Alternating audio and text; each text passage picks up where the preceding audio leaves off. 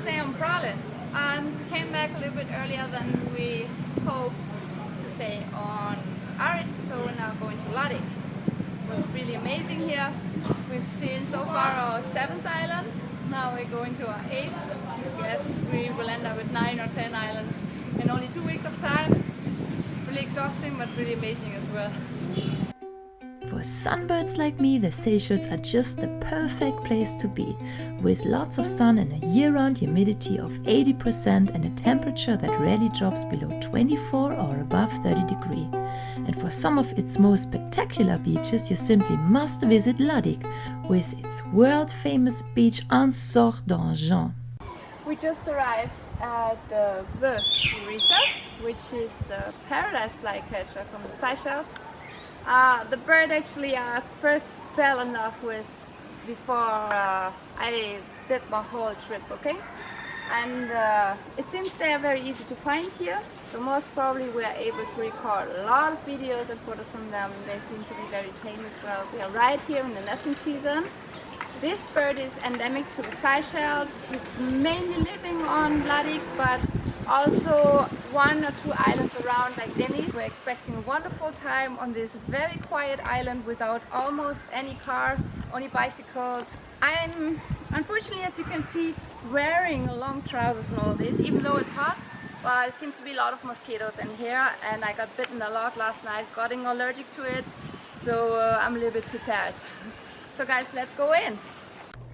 And there they are. The created bird reserve is quite small, but it's just their favorited habitat, so you can indeed spot them easily in here. But it took me at least 6 days, where I spent many hours here with them, to be able to record these following 10 minutes for you.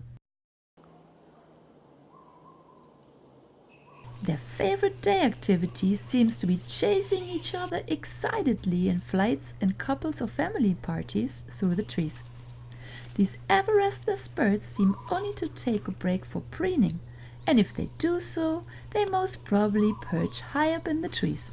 But don't worry, their continuous movements combined with their high-pitched squeaking calls will definitely keep you entertained.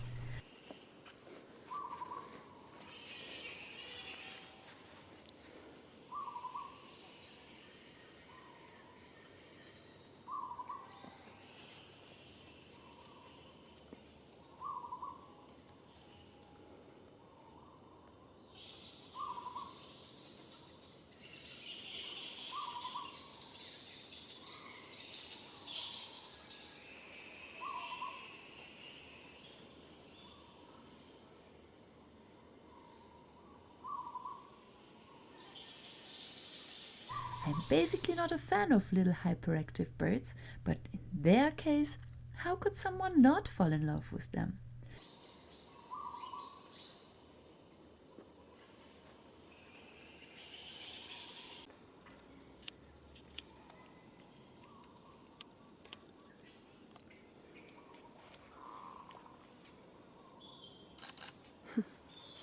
Especially if it comes to the males with long tails and their undulating flights. But their beauty is not all that makes them special. In fact, you cannot find these paradise flycatchers anywhere else in the world. If you want to meet these flying elves, you have to visit Digue.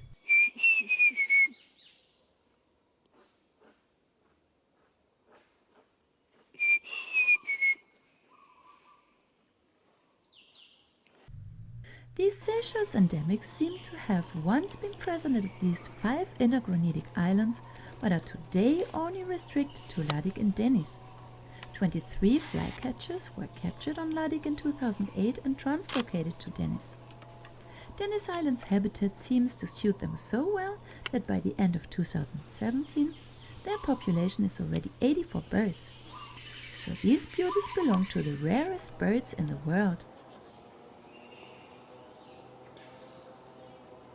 With an estimated population size of less than 300 birds.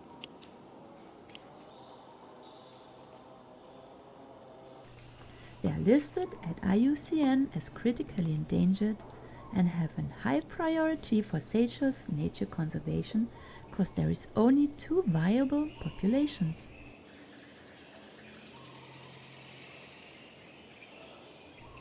If you want to be the most beautiful bird, of course you have to spend lots of time to make your feathers shine.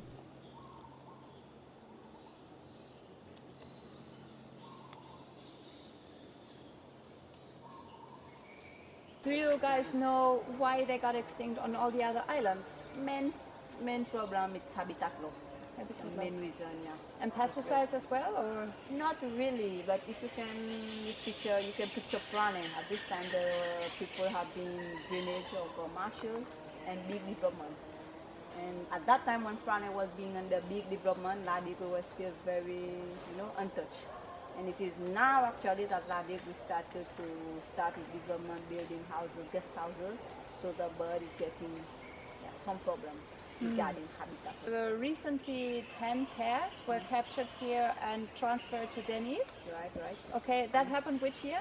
2008. 2008? Yes. Okay. Did they produce any offspring so far on Nevis? From the last report, the birds have been doing very good on Nevis. Aha. Yeah. A big hotel over there, 5-star hotel.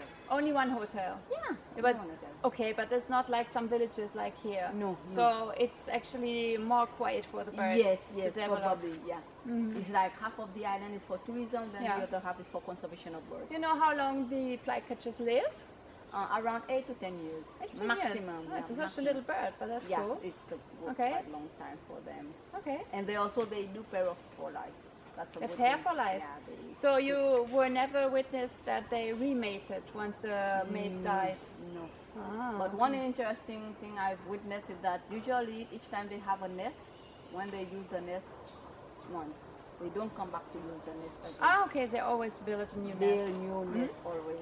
These flycatchers need tall broadleaf forests with mature takamaka and idìng trees, on which leaves it searches for insects or goes flycatching for them.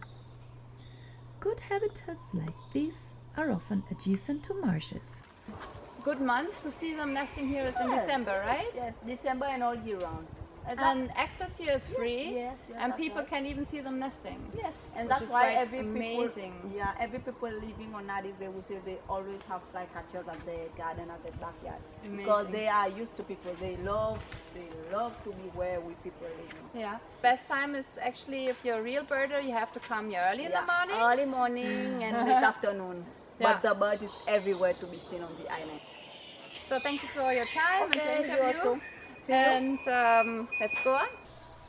The bird bathing pool is a great invention to support not only the verve, most of the arboreal birds love to take a bath here too.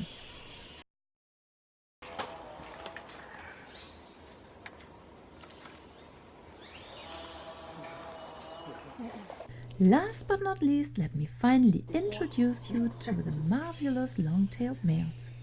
Pitch black with remarkable blue eye rings and a blue eyeline that connects to their blue beaks.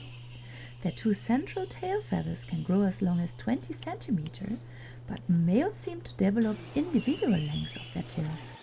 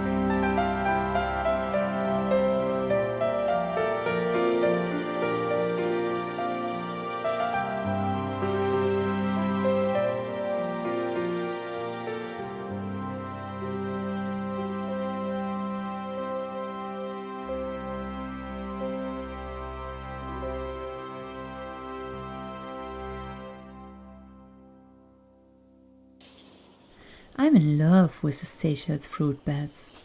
On my stay in Ladik, I did not see any bat capturing net, but unfortunately there are still plentiful trapped in the Seychelles to be skinned and curried.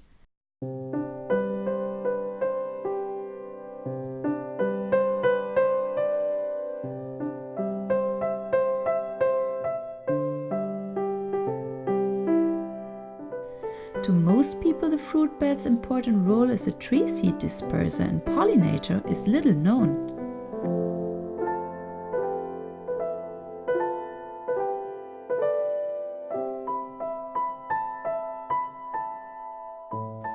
Females give birth in November and December, and the family occupies a small territory in their roosting tree. Juveniles become independent by April.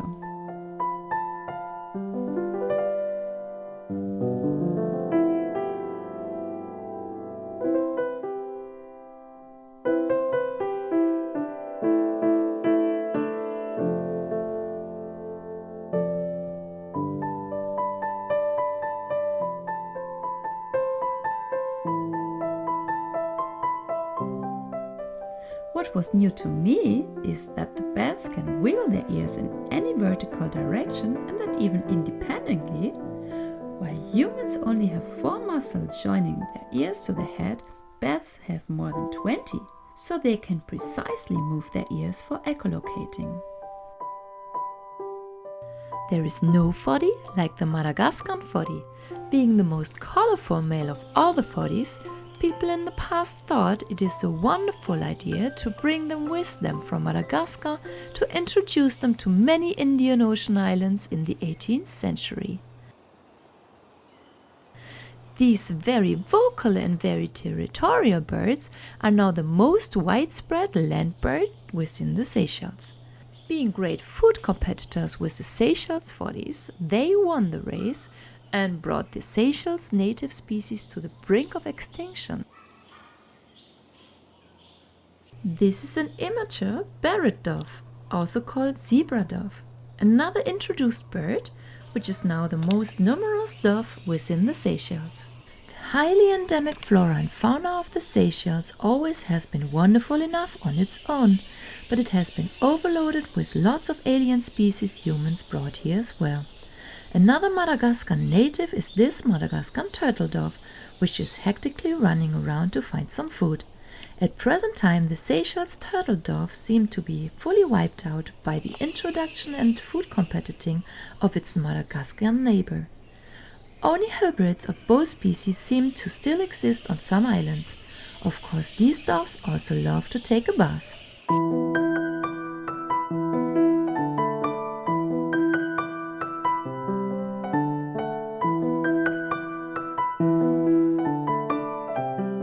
And now it's the Seychelles bulbul's turn.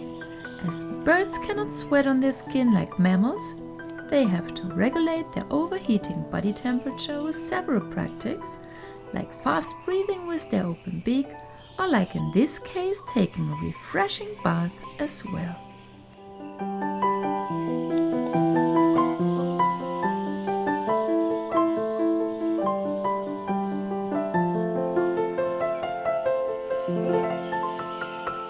They also prey on Seychelles paradise flycatchers' nests, but always seem to live in balance with them.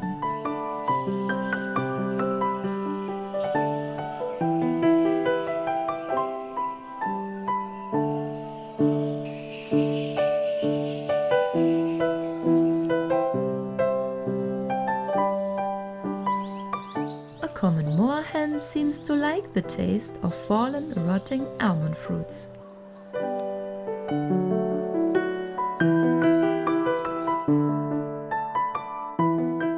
And another Seychelles day gecko refilling its batteries with the available sunlight.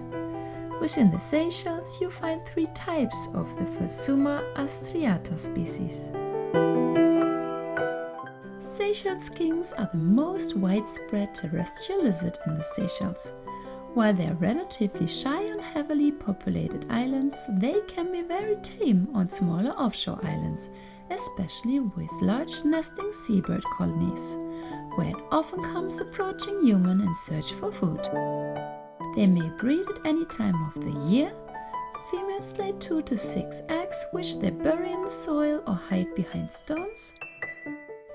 This individual has a damaged tail. Be careful that they don't fall down. Maybe I can put them to you. There he goes.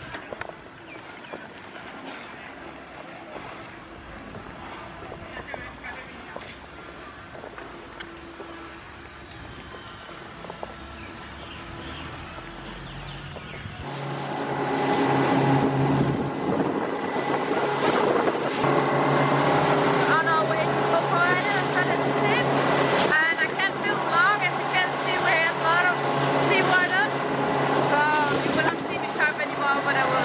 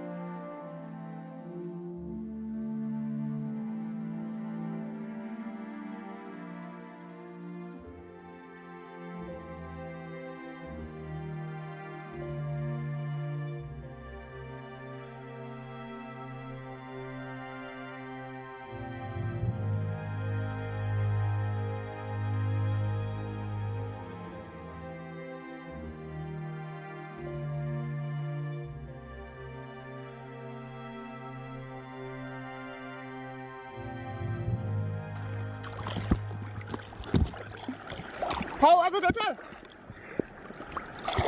How was it? Wow. Yeah, great. Hawksbill sea turtles declined 80% in the past 100 years, and they need 20 years to reach maturity. But the ones nesting in the Indo-Pacific may just reach that at a minimum age of 30 to 35 years. We just arrived on Coco Island and we just filmed the hawksbill turtle. Wow.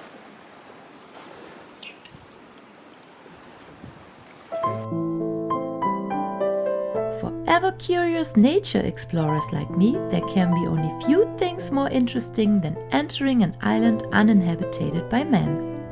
Like on Arid, these birds show no fear of humans.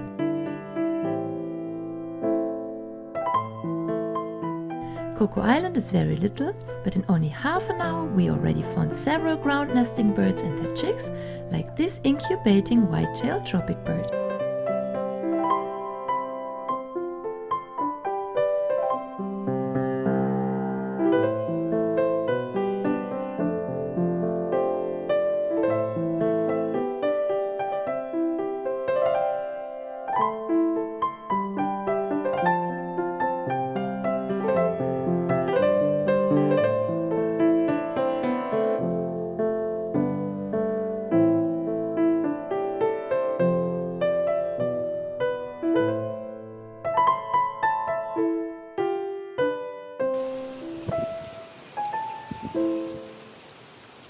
After filming it a while, it seemed to be a bit uncomfortable with my presence, so it tried to hide itself by putting some leaves on its back and around it. White-tailed tropicbirds are very tame and approachable at their nest sites on their by humans uninhabited islands. I have filmed them on Arid already, but definitely can't stop being fascinated by them.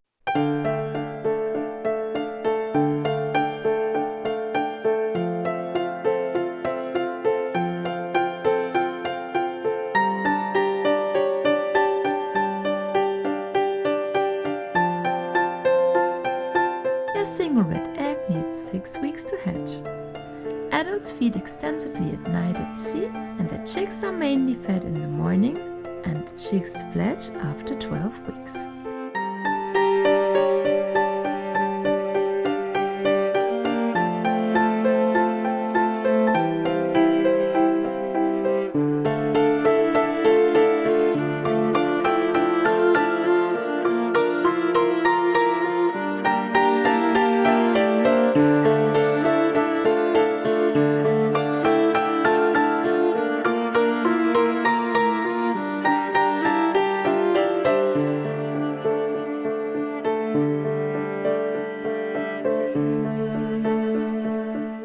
White-tailed tropicbirds breed throughout the tropical seas except for the East Pacific.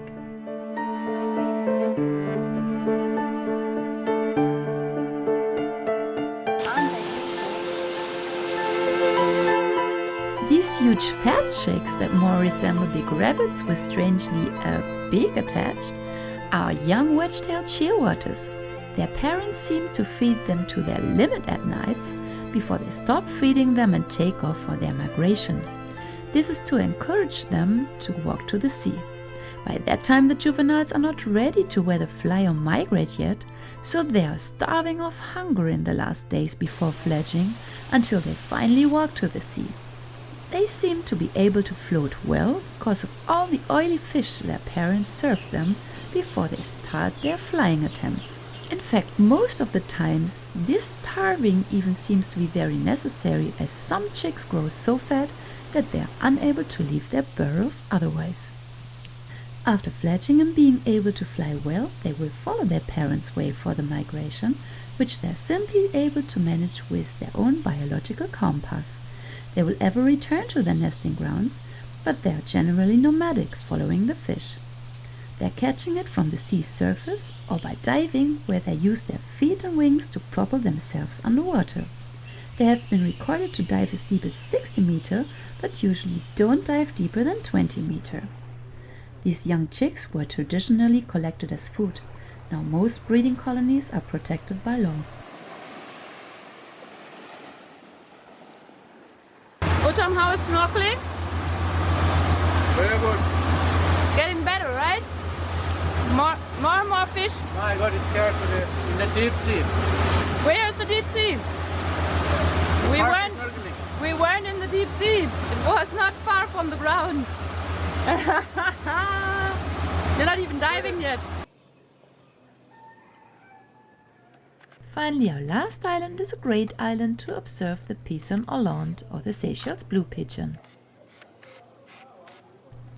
Compared to the other pigeon and doves found here, these endemic beauties are truly a boreal species and are rarely seen on the ground. They are generally solitary birds, but can be seen foraging in a pair as well or in congregating groups at favorited fruiting trees. It frequents wooded habitats and is also able to adapt to fragmentation and degradation of its habitat. The main reason for their decline in the past was hunting by man. Their exploitation for food was stopped in the 1970s. By that time they have become already quite rare. They have done a good recovery since then.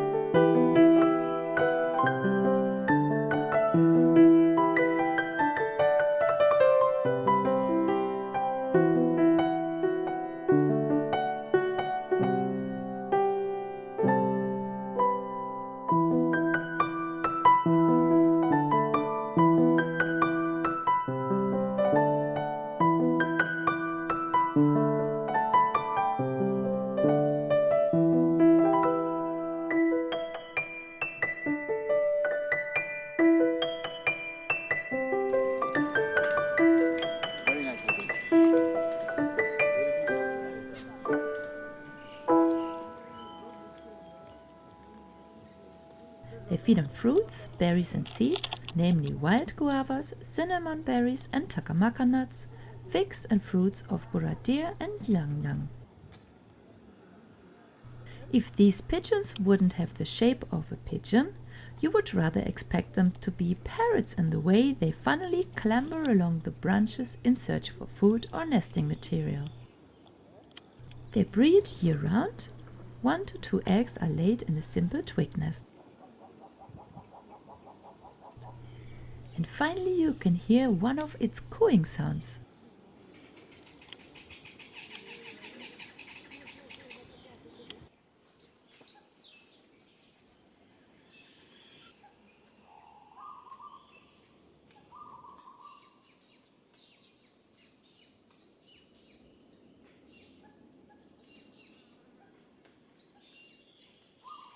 Good morning, guys. We're on our way to the most beautiful beach in the world, or to the second most in any case, on Digue. It's almost 7 a.m. We had a lot of rain last night, really much rain. High tide now, so we can't walk at the beach, and we're trying to find our way. We have unfortunately no nice sunset this morning, but we really want to go to make some video shootings anyways.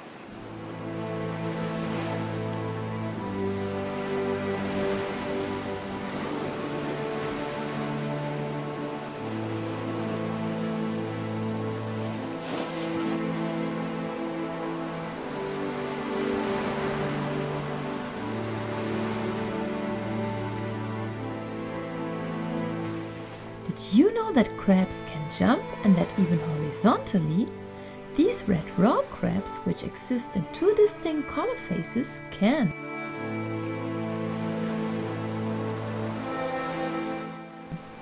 They're active day and night and hide in rocky crevices and burrows near the top of shores.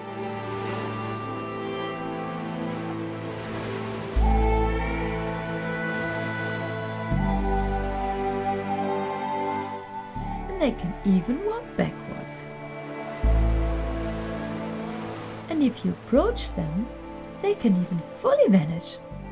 It's a miracle. This is our last school day.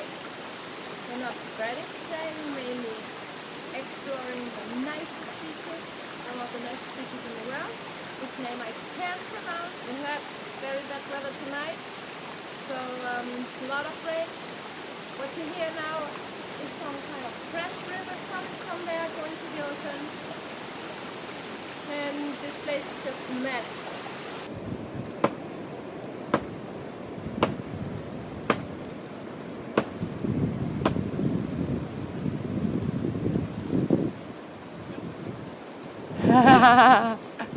Preparing some breakfast, Uttam? Yeah. And it's raining. Some creatures like us live in their created houses, and some others, like the strawberry hermit crab here, prefer to choose ready-to-move-in houses to carry along with them. Their rumps are soft and without armor, so if you wonder why it's worldwide prohibited to import empty seashells, you find the main reason here. These fascinating afterlife gastropod shells are simply not able to live without a proper house. Unfortunately, due to their nice shiny reddish color, this one is already the rarest of the 6 species, because they are frequently found in the hobby aquarium trade. Adults may grow to an average length of 80 cm, and they may live 25 to 30 years in the wild, but only live 1 to 4 years in captivity.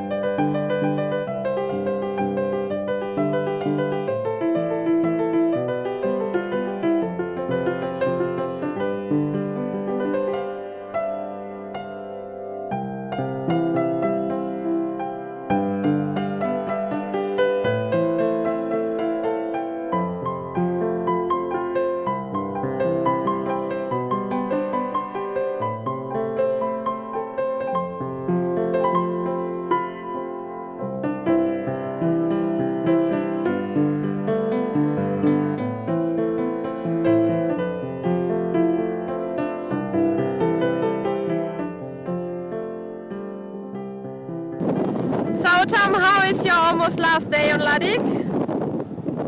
It's great. So nice here.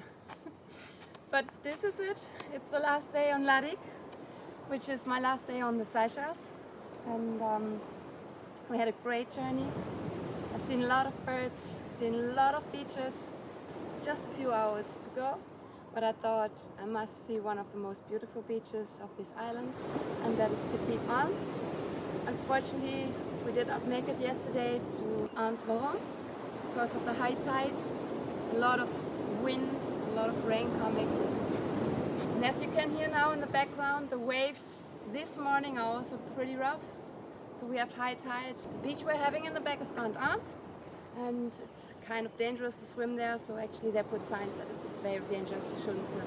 This is what you can hear because the waves are really like hitting the beach. We're now actually having a full package of everything we wanted to see. We visited 9 islands in less than 2 weeks, and we're very happy about the results. It's time to go home. I heard it's snowing.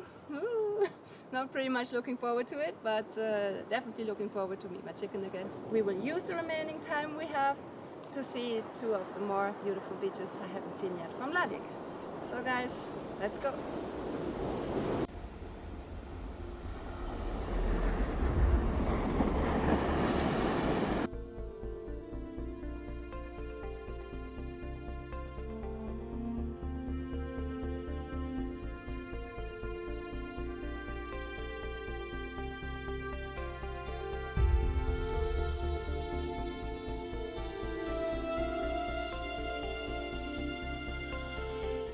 So guys, this was it. This is Petite Arns, and we might also see Coco, but we're not sure if that's very beautiful, so making my last words to you. Seychelles is a beautiful paradise place to visit. I've never seen such beautiful beaches in the world. I really like the granitic stones, which you see at almost all of the beaches, and it's really fascinating. It's a mystical place, and I enjoyed it a lot. So thank you for watching, and we'll make some more photos, maybe even of the paradise flycatcher, and then I will go for my at least 24 hours trip back home, and see you on my next trip.